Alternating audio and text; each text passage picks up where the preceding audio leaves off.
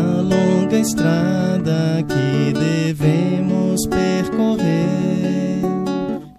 Bênçãos de amor e paz nós vamos encontrar, se dedicarmos aos caídos socorrer e de mãos dadas caminhar.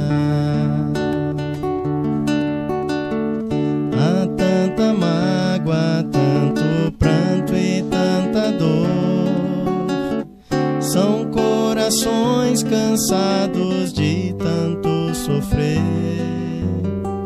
necessitados de carinho e de amor, praticando bem, mais felizes vamos ser.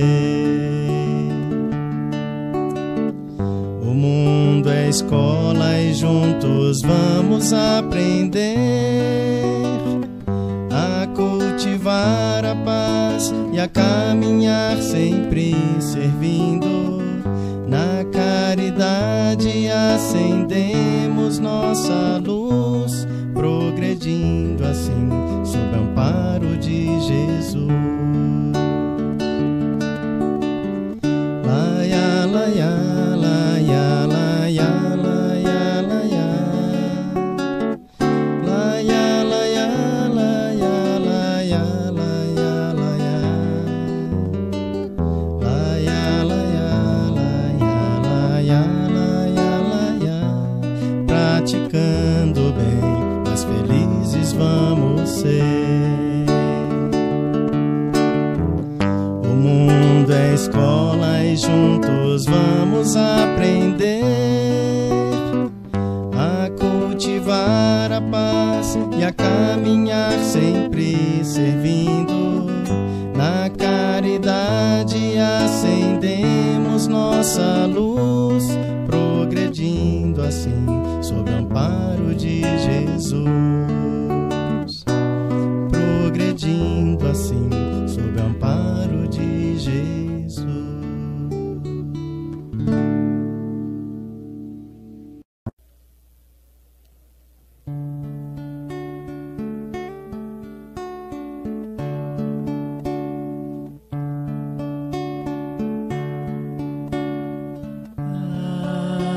Agradecemos, Senhor, Senhor, estes momentos de paz que te sentimos aqui, em vibrações fraternais na estrada da vida. Conduz-nos ao bem, na alegria ou na dor. Seja o amor nossa bandeira de luz, amado Mestre Jesus. Seja o amor nossa bandeira de luz, amado Mestre Jesus.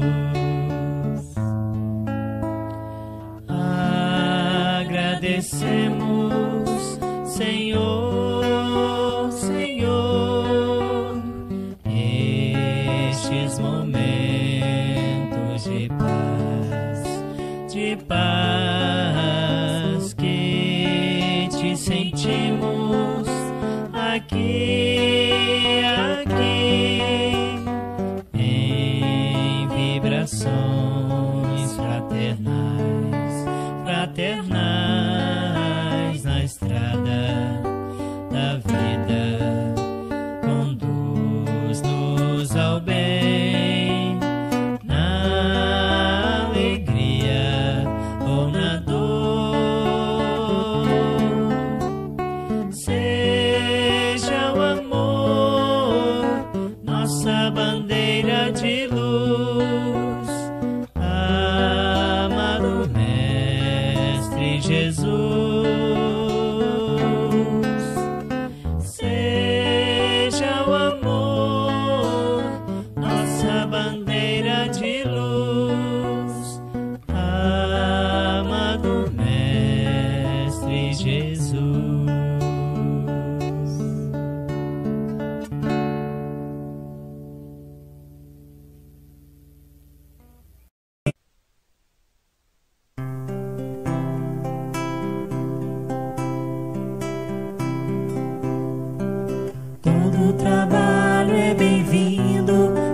mãos que não se cansam de recomeçar.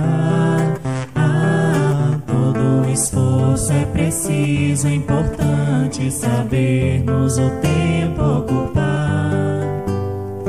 A vida não é brincadeira, quem sabe esta chance demora a voltar.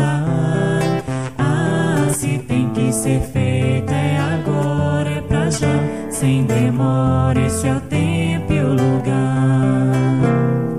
Preciso se faz viver o bem e a paz e espalhar o amor na canção. Ergamos a voz, tudo depende de nós, da nossa força e disposição. É só abrir o coração. É só abrir o coração. Todo trabalho é bem-vindo pras mãos que não se cansam de recomeçar. Todo esforço é preciso, é importante sabermos o tempo ocupar. A vida não é brincadeira, quem sabe esta chance demora a voltar. Se tem que ser feito é agora, é pra já, sem demora, esse é o tempo e o lugar. Preciso se faz viver o bem e a paz e espalhar o amor na canção. Ergamos a voz, tudo depende de nós, da nossa força e disposição. É só abrir o coração. É só abrir o coração.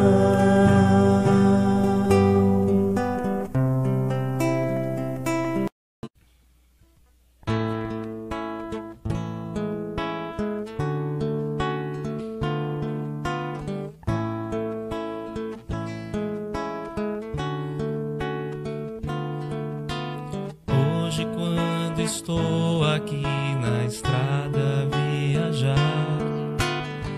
olho o céu e sinto além alguém a me velar. Sinto a luz que vem do céu e lembro que passou. Esse alguém há muito tempo o céu também olhou. Se eu conheço o cristianismo, tenho nova luz. Se hoje há o espiritismo, revive Jesus. Foi um homem que era Saulo e Paulo renasceu. Divulgou o evangelho e o mundo percorreu. Espíritas, vamos seguir com Paulo e a verdade, divulgar o evangelho a toda a humanidade. Se o cansaço e a dor do mundo ao corpo te ferir, olha o céu e lembra Paulo a velar por ti. Espíritas, vamos seguir com Paulo e a verdade, divulgar o evangelho a toda a humanidade. Se o cansaço e a dor do mundo ao corpo te ferir, olha o céu e lembra Paulo a velar por ti.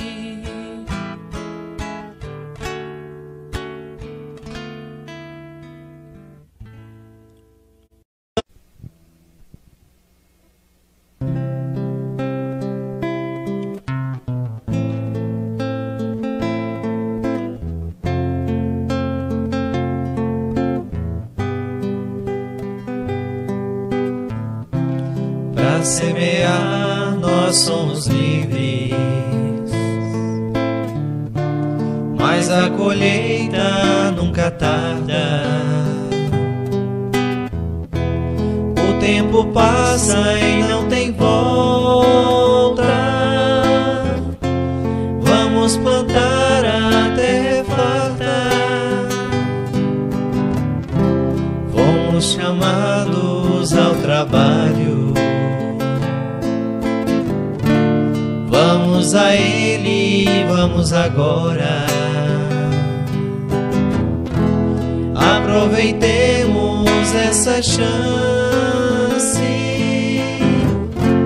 Trabalhadores da última hora, Jesus é luz, irmão, amigo, anunciou para outros tempos um consolador. Temos agora em nossas mãos Espiritismo, amor.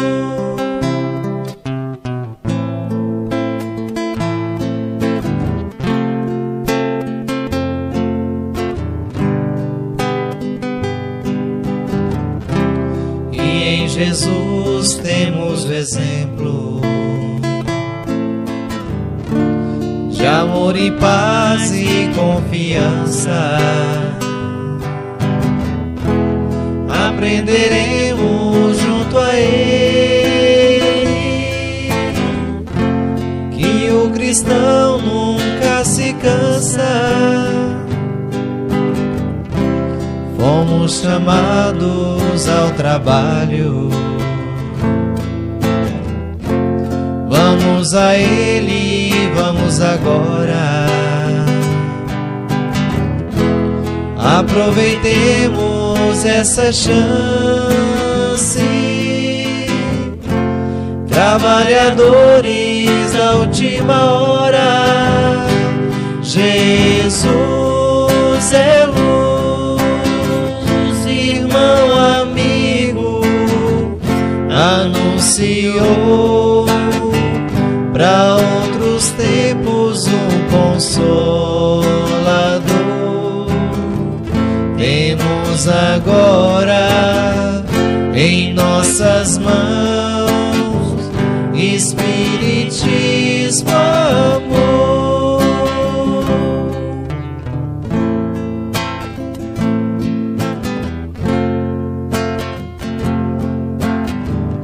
Espiritismo, amor.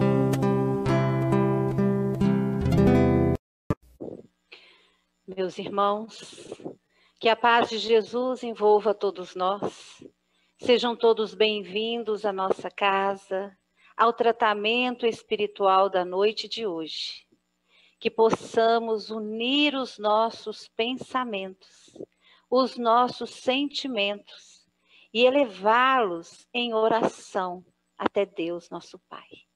Então convidamos a todos para buscarem um lugar tranquilo, calmo, para que possamos então iniciar o tratamento espiritual da noite de hoje. Fechemos os nossos olhos, acalmemo-nos. Mestre amado, aqui nós nos encontramos, Senhor, em teu nome. Auxilia-nos nesta noite, Senhor, a bem compreender as tuas lições. Que possamos conquistar a fé, a confiança em Deus, nosso Pai. Que a tua luz misericordiosa, Senhor, possa nos envolver, aliviar-nos as dores físicas e espirituais. Pedimos-te, Senhor, a permissão para iniciarmos a nossa reunião desta noite. Pai nosso que estais nos céus, santificado seja o vosso nome. Venha a nós o vosso reino, seja feita a vossa vontade, assim na terra como nos céus. O pão nosso de cada dia dá-nos hoje, Senhor. Perdoai as nossas ofensas, assim como nós perdoamos a quem nos tem ofendido. Não nos deixeis cairmos em tentação, mas livrai-nos de todo mal, que assim seja, graças a Deus, e que Deus seja louvado. E assim, meus irmãos, nós convidamos a nossa companheira Nara para que ela possa realizar o estudo dessa noite.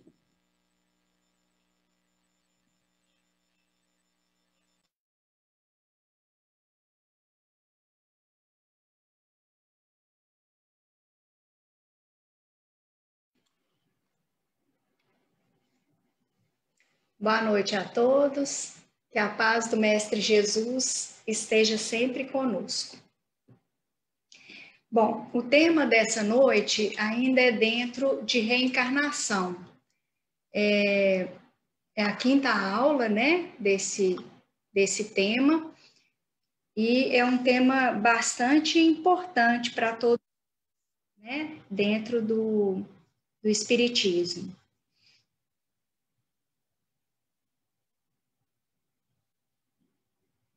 Bom, aqui nós começamos com uma frase que está em Mateus, capítulo 5, versículo 18. Em verdade vos digo que o céu e a terra não passarão sem que tudo o que se acha na lei esteja perfeitamente cumprido, enquanto reste um único iota e um único ponto. Então, a gente pede uma ajuda para Antônio Luiz Saião, né, em Elucidações Evangélicas, para a gente refletir um pouquinho acerca dessa passagem. O que significa isso, né? Significa que aqueles que não cumprirem a lei vão retardar o seu próprio progresso. E os que, ao contrário, a cumprirem, rapidamente vão progredir e vão chegar acelerados, né, ao reino dos céus, que seria a perfeição. Esse acelerados aqui é que a gente precisa tomar cuidado, né? Porque nós já estamos aqui como os trabalhadores da última hora, acho que nós estamos meio devagar, mas mesmo devagar nós vamos chegar lá, né? Bom, o tema principal dessa aula é reencarnação e ciência.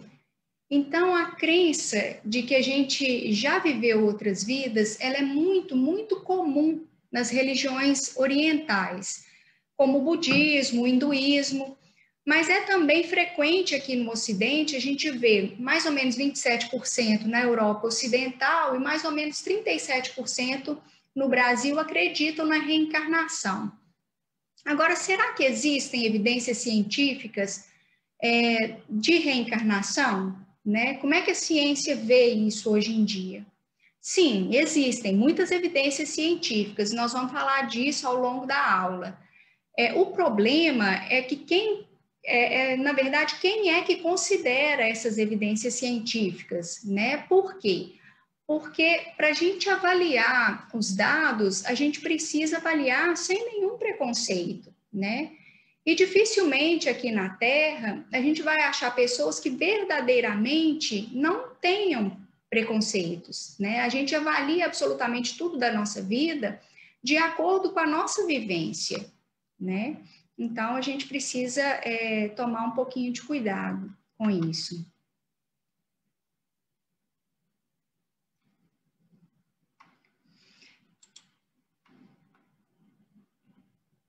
Bom, aliança da ciência e da religião. Religião é o sentimento divino, cujas exteriorizações são sempre o amor, nas expressões mais sublimes, enquanto a ciência e a filosofia operam o trabalho da experimentação e do raciocínio, a religião edifica e ilumina os sentimentos. Isso está lá em Emmanuel, no Consolador, né? E lá nesse livro também, Emmanuel fala para nós que a ciência e a religião é como se fossem duas asas que a gente precisa ter para a gente conseguir evoluir e chegar numa evolução maior, né? Para a gente ascender, a gente precisa de duas asas. Uma é a religião e a outra é o conhecimento, a ciência. Cada uma, se a gente for olhar por pontos de vistas exclusivos, fica parecendo que uma não combina com a outra, né? Mas, na verdade, todas duas são conotações que vêm de Deus. Todas duas estão falando a mesma coisa. Um tentando explicar as leis de Deus através da matéria, né? E a outra através do amor, através da própria religião mesmo, né? Quem que veio primeiro? A ciência veio primeiro. E por que que ela veio? Porque a gente precisa conhecer as coisas, né? A gente precisa comprovar as coisas. E depois veio o Espiritismo, né? Para poder nos explicar sobre o mundo espiritual, nos explicar aquilo que a ciência ainda não conseguiu explicar, né?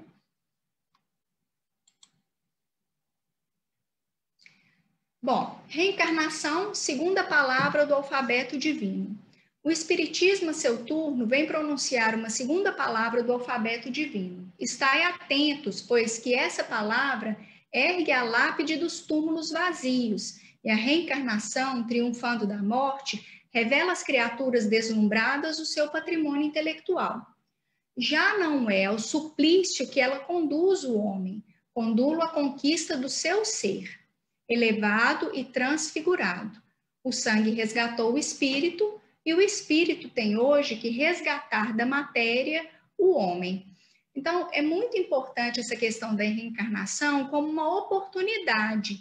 Então, a reencarnação, ela não é para que a gente seja conduzido a um suplício, né? É claro que nós estamos num mundo de provas e expiações, então a gente espera algum grau de sofrimento durante a nossa encarnação, né? Mas isso, nós não reencarnamos para o sofrimento, na verdade, nós reencarnamos para autoconhecimento, né? E muitas vezes passa por sofrimento. O que a ciência acha, né, da reencarnação propriamente dita, né? Apesar de um conceito muito materialista, né, em relação à ciência, a gente vem percebendo um movimento crescente dos estudiosos se voltando para o pensamento espiritualista. Então, vários cientistas em diversas universidades do mundo já estudaram e estão estudando se é possível que a reencarnação realmente aconteça, né? Então, agora nós vamos passear um pouquinho sobre esses estudos, contar um pouquinho sobre esses estudiosos também. O Dr. Banerjee, que foi um indiano, foi um dos pioneiros a estudar. Como é que ele fazia? Lá no Oriente era mais fácil, porque eles já tinham a reencarnação como uma possibilidade, eles já acreditam nisso há muito tempo. Então, as manifestações que acontecem principalmente em crianças que se lembram das vidas anteriores, elas eram mais aceitas nesses locais. Não é que não acontece no Ocidente, mas aqui no Ocidente, como a nossa cultura é uma cultura menos voltada para isso, isso era abafado, era visto como uma coisa de criança, não era levado a sério. E acaba que essas memórias, elas tendem a finalizar mais ou menos entre o 7º e 8º ano, que é quando a gente sabe que é quando o espírito realmente ele termina, né, a sua encarnação, vamos falar assim. E aí o Dr. Banerjee, lá na Índia, ele começou a estudar essas crianças que manifestavam essas memórias, né? Mais ou menos por 25 anos, ele pesquisou. E ele escreveu um livro que chama Vida Pretérita e Futura, onde ele relata mais de 1.100 casos estudados, não só na Índia, mas no mundo inteiro, né? E o Dr. Banerjee tem um relato interessante sobre ele, porque ele esteve aqui no Brasil e ele encontrou com Chico aqui no Brasil. E esse encontro, ele foi até testemunhado pelo Dr. Hernani Guimarães, que foi um expoente da doutrina espírita, né? Escreveu vários livros, traduziu várias obras, inclusive foi um estudioso grande desse processo da reencarnação também.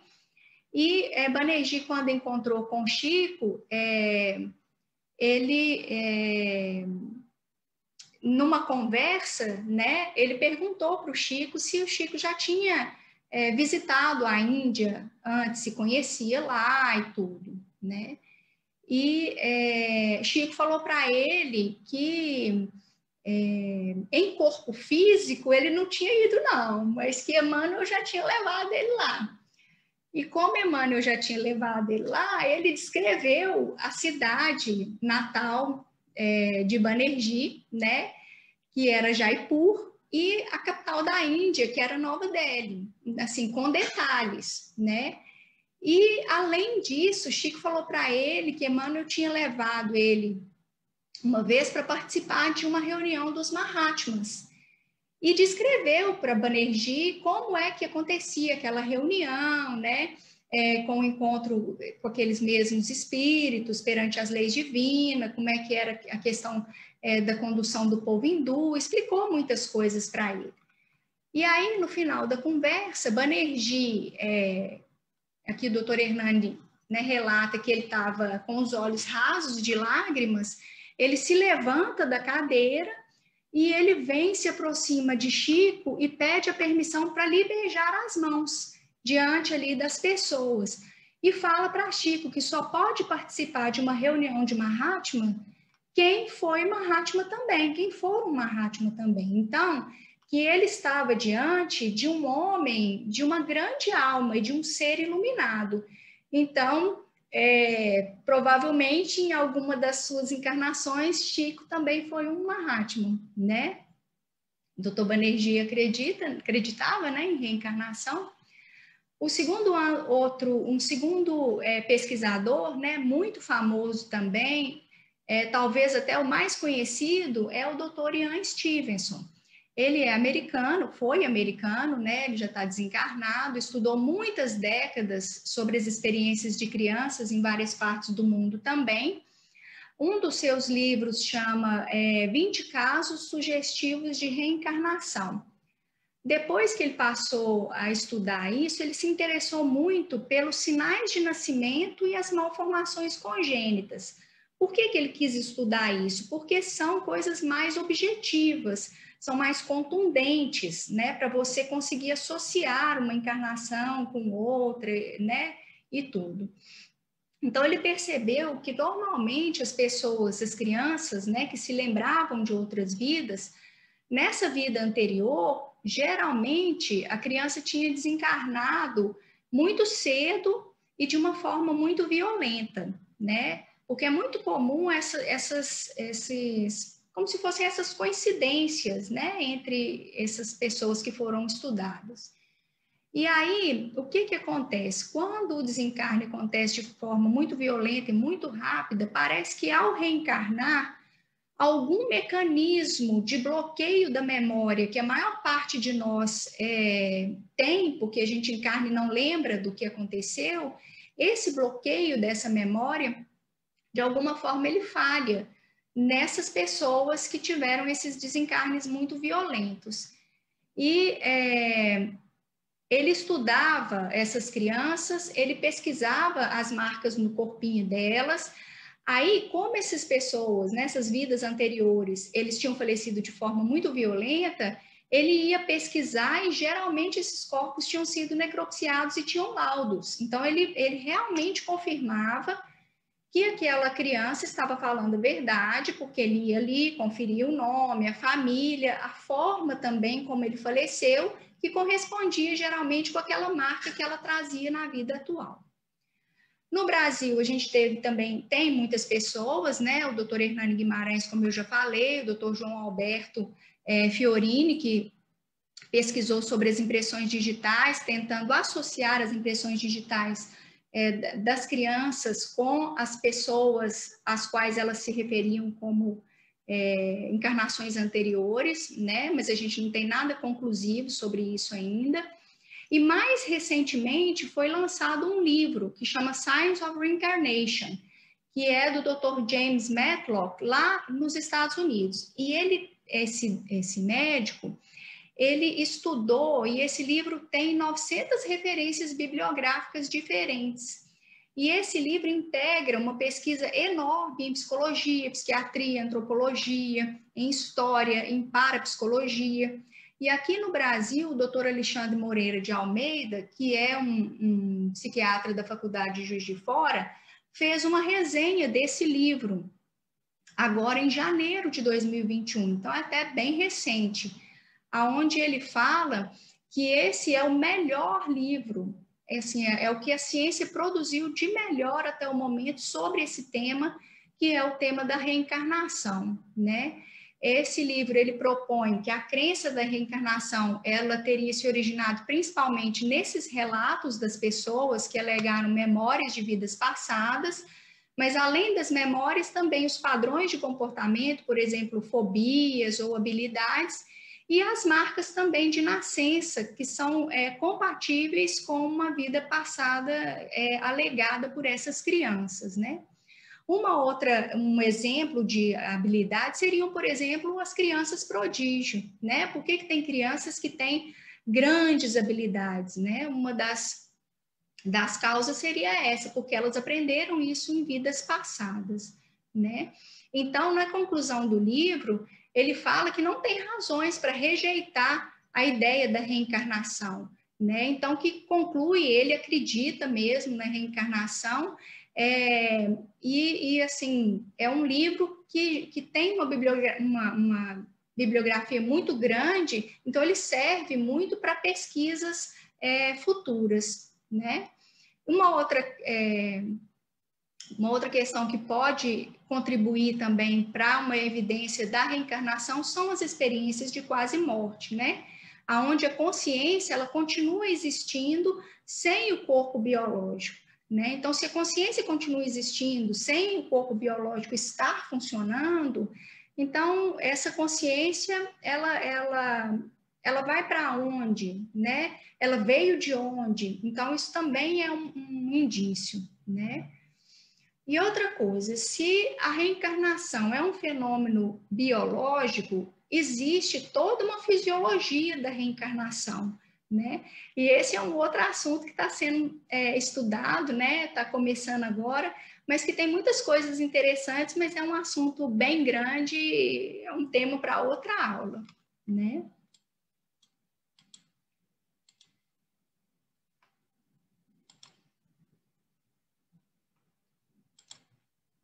Bom, as investigações científicas. Não pode o homem, pelas investigações científicas, penetrar alguns dos segredos da natureza?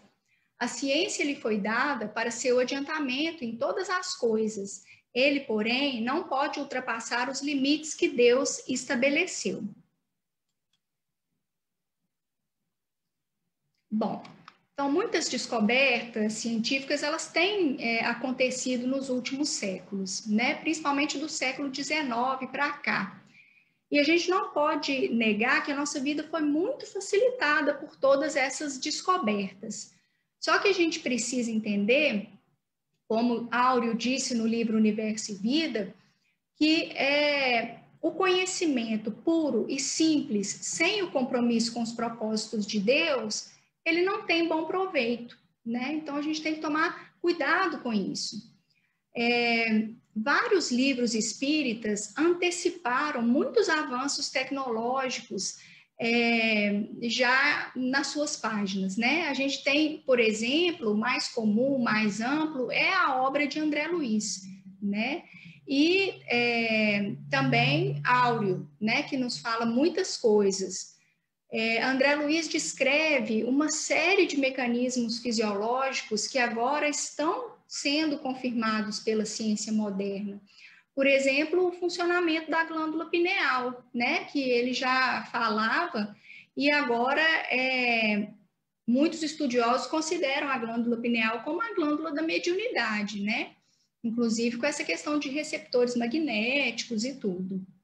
Ele fala também, André Luiz, dos avanços genéticos, né, que agora se confirmam com essa questão da terapia genética, com as modificações em embriões, com as fertilizações in vitro, né. Outros avanços que a gente tem são a inseminação artificial, né, fertilização in vitro, que isso também traz o problema com relação ao congelamento de embriões, nós vamos falar um pouquinho sobre isso, o aconselhamento genético e a terapia com as células-tronco, né? Alguns avanços da ciência à luz da doutrina espírita. Células-tronco, que são? Elas são comparáveis a tijolos, assim como numa construção são empregados desde o alicerce até o topo, da mesma forma a natureza as utiliza para a construção de um organismo. Que são células-tronco embrionárias e adultas? Bom,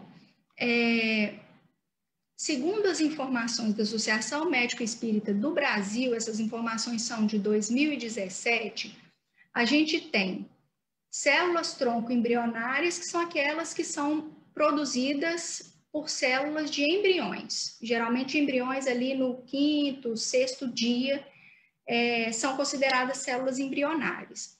E células-tronco adultas são todas as células presentes nos nossos tecidos, mas principalmente na nossa medula óssea e no sangue do cordão umbilical. Mesmo que seja um nenenzinho, aquele cordão umbilical, as células-tronco que estão ali, elas são consideradas células-tronco adultas.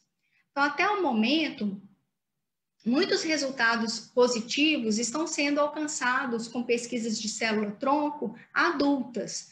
E essas células, como elas são retiradas do próprio paciente, geralmente, na maioria das vezes, elas não têm problema de rejeição do organismo. Já as células-tronco embrionárias, para a gente conseguir usar isso em pesquisa, é necessário a destruição de vários embriões, né, para poder conseguir uma amostra considerável. Então, a gente precisa prestar muita atenção, levar isso em consideração, né, porque o que a gente sabe? Mas é feito em laboratório, né, então é feito em laboratório, será que tem espírito encarnado ali, né? E a gente precisa lembrar que essa ligação fluídica entre a mãe e o espírito reencarnante, ela acontece mesmo antes da fecundação, né? A gente tem esse exemplo no livro Missionários da Luz, da reencarnação de Segismundo, que é levado para conhecer o pai, conhecer a mãe, né? Agora, se a gente unir no laboratório um ovócito, né, que é a célula feminina, com o espermatozoide, que é a célula masculina, pelas técnicas que a gente já tem disponíveis, a gente consegue o desenvolvimento do embrião, mas a gente não tem certeza se ali tem espírito encarnado ou não, porque a gente não sabe se aquele embrião vai ser viável ou não. Da mesma forma como acontece a gestação, e às vezes a gente tem um abortamento espontâneo, e a gente não sabe se naquele abortamento espontâneo tinha ou não um espírito encarnado, né? Bom, o problema dos embriões congelados, como que é isso, né? A manutenção desses embriões congelados, ela acontece para que eles possam ser utilizados futuramente, inclusive como fonte de célula-tronco.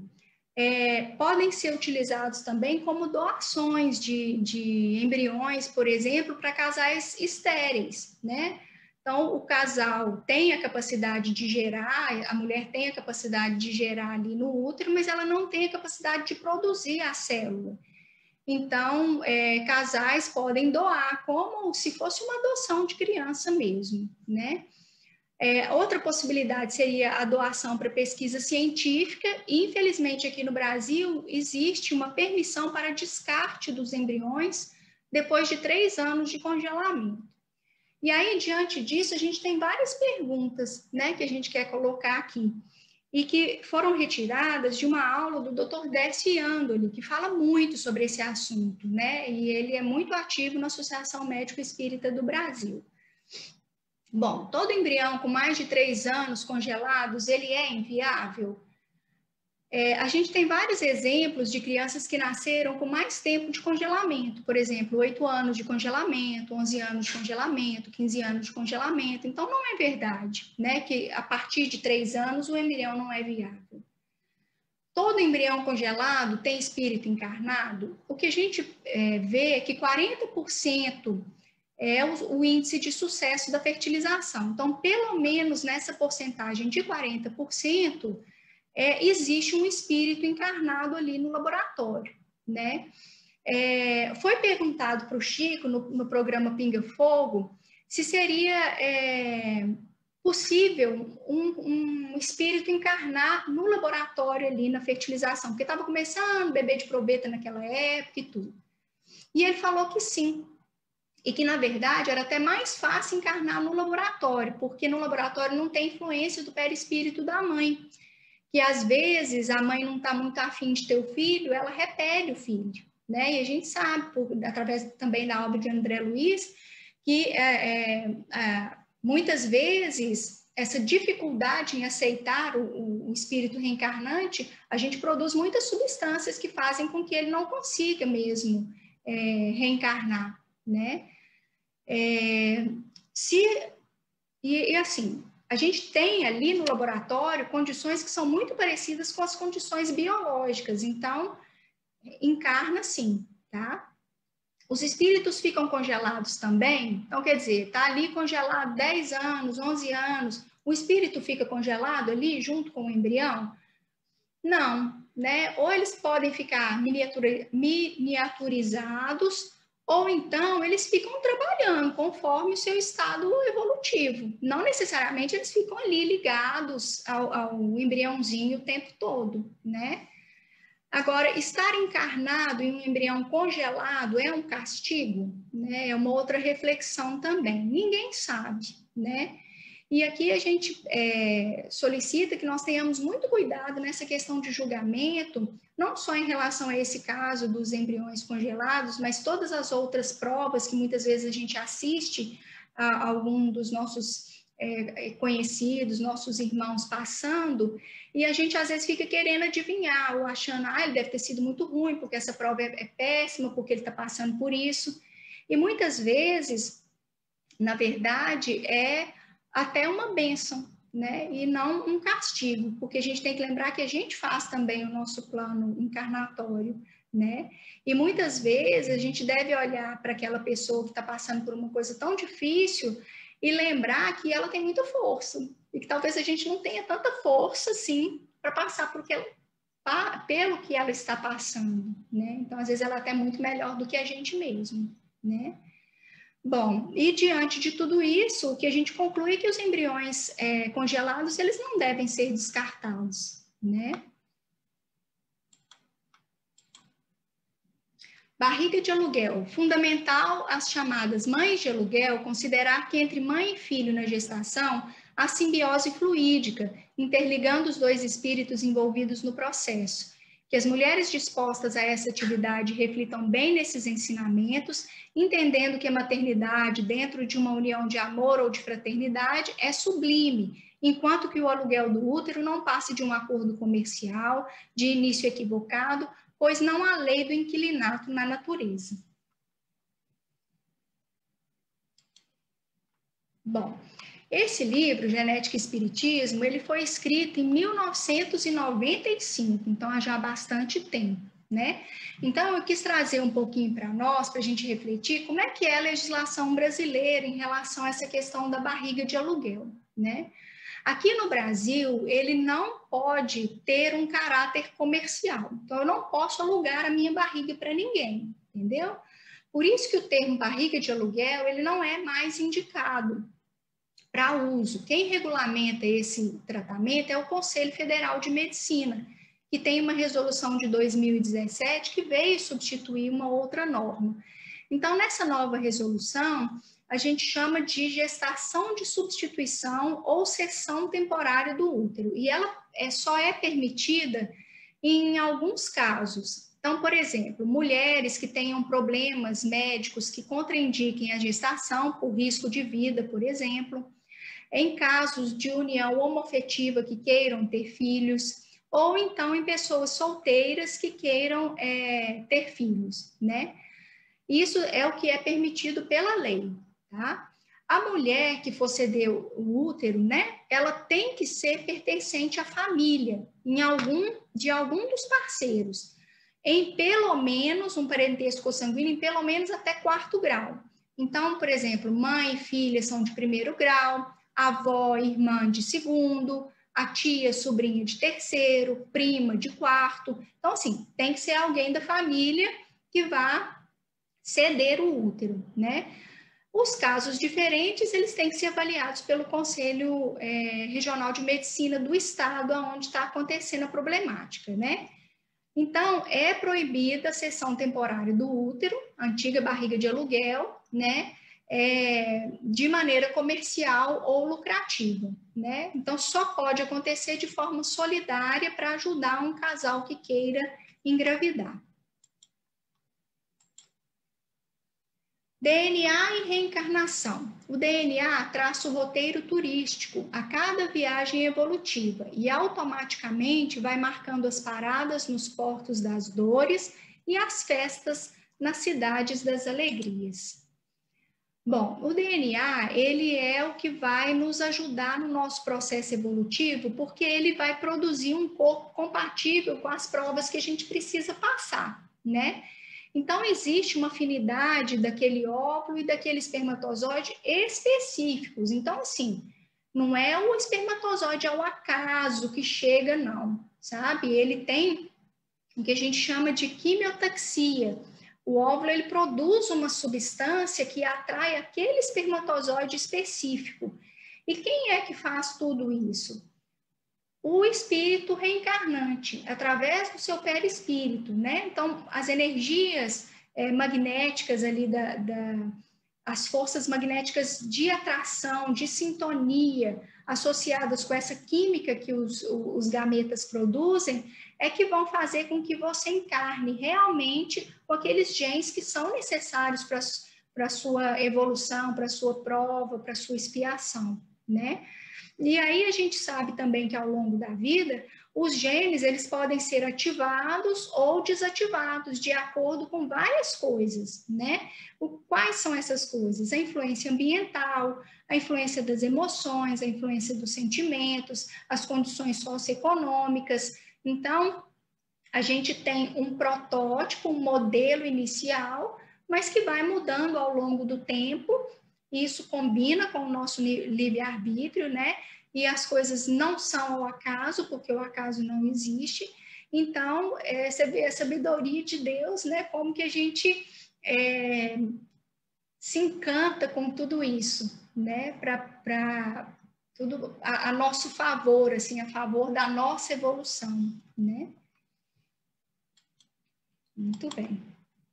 A nova era. A revolução que se apresta é antes moral do que material. Os grandes espíritos, mensageiros divinos, sopram a fé para que todos vós, obreiros esclarecidos e ardorosos, façais ouvir a vossa voz humilde, porquanto sois o grão de areia. Mas sem grãos de areia não existiriam as montanhas. Começou a nova cruzada. Apóstolos da paz universal, que não de uma guerra, modernos São Bernardos, olhai e marchai para a frente. A lei dos mundos é a lei do progresso. Então, a mensagem de Fenelon, lá no Evangelho segundo o Espiritismo, e a gente deve cuidar, né? Cuidar, porque aqui é um convite para que a gente evolua. Nós já estamos na última hora mesmo, né? Nós estamos vendo que o mundo está sofrendo muitas modificações, então a gente precisa sintonizar com tudo isso, né? E aproveitar todo esse conhecimento que a doutrina espírita traz para nós, né? Para que a gente possa modificar o nosso interior e ajudar as pessoas que estão à nossa volta também. Aqui nós temos mais livros sobre o assunto, o livro Jesus, O Mundo Espiritual, Deixai Vir as Minhas Criancinhas, né? Que é a evangelização, e a adolescência, né? Então, a literatura espírita tem livro para todo mundo, né? O último slide é uma mensagem, né, em Mateus: não penseis que eu tenha vindo destruir a lei ou os profetas. Não os vim destruir, mas vim cumpri-lo, né? Então, mais uma vez, nós somos convidados a cumprir a lei. Qual a lei? A lei de Deus, né? A lei da natureza. Então, que a gente possa utilizar da ciência como uma asa e das leis da natureza, o espiritismo, né, como a outra asa, para que a gente possa conseguir subir, né, para a nossa evolução e que, se Deus quiser, a gente consiga levar muitas pessoas também. Que assim seja. Nos preparemos para o momento do passe e fluidificação das águas. Coloque um recipiente com água limpa para ser fluidificada. Irmãos, não importa aonde você está, quais as dificuldades que está enfrentando, Jesus está sempre pronto para vir em nosso socorro. Coloque-se de maneira confortável, que lhe facilite a concentração e a receptividade. Respire lenta e tranquilamente. Inspire, expire. Inspire, expire. Encha seus pulmões de ar e solte bem devagar. Deixe que energias de tranquilidade e paz penetrem seus pulmões, circulem por todo o corpo. Sua alma, em harmonia com o corpo, se sente tranquila e em paz. Mentalizemos a passagem de Jesus. Dia claro, os raios dourados do sol iluminam a paisagem alegre de Cafarnaum. Casario branco, trepadeiras multicoloridas e pássaros saltitantes enchem a paisagem de otimismo. A notícia das curas atraía a multidão dos necessitados. Subitamente Jesus aparece, esguio e belo. A túnica desce-lhe até os pés.